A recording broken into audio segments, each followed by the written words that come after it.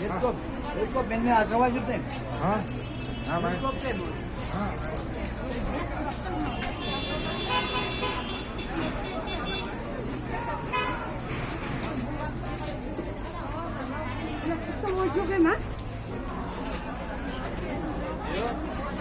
Пожарныйдын сусуту көп калыптыр.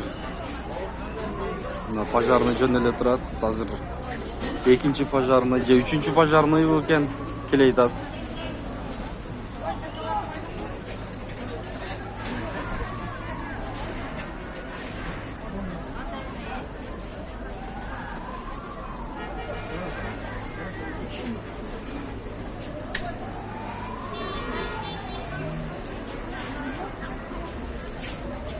Adamlar çelek mensu taşıp suyu atışat.